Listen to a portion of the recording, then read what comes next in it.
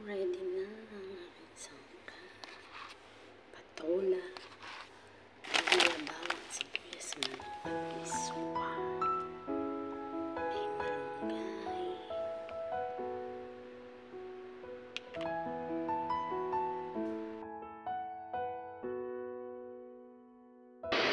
Lagay ko muna ang luya.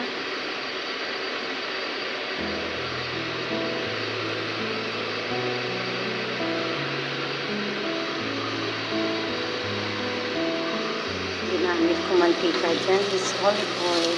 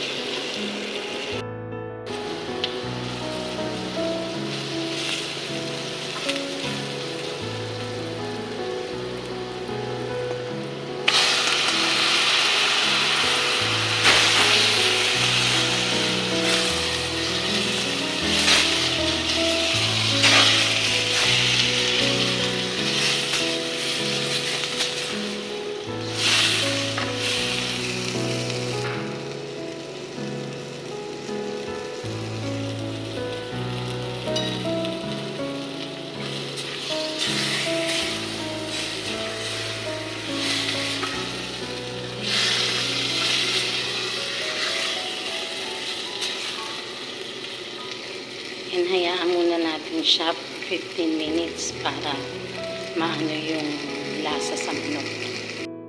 15 minutes. Ano na natin. Okay na siya. Palalagyan natin ng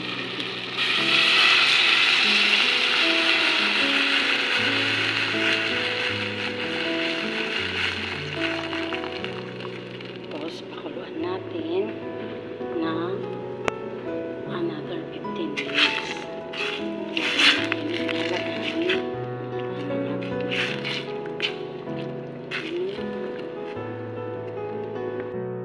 Tignan naman natin siya. Yan na, kumukulo na.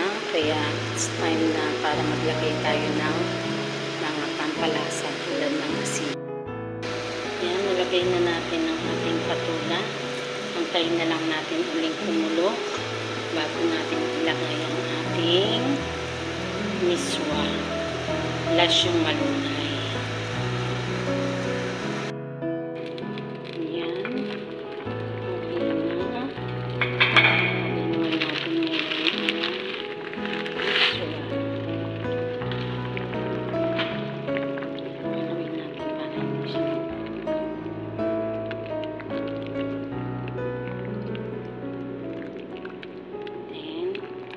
panulin natin.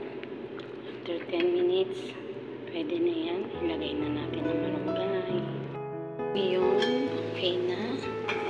Ilagay na natin ang ating masustansyang malunggay. Yung iba, dahon ng sili ang nilalagay. So, wala kaming dahon ng sili dito sa Kuwait. Kaya, para-paraan lang. Malunggay ang kapalit. Mas malunggay ang kapalit, mas masustansya siya. Yan. Nasa sa inyo naman kung anong gusto nyong ilagay.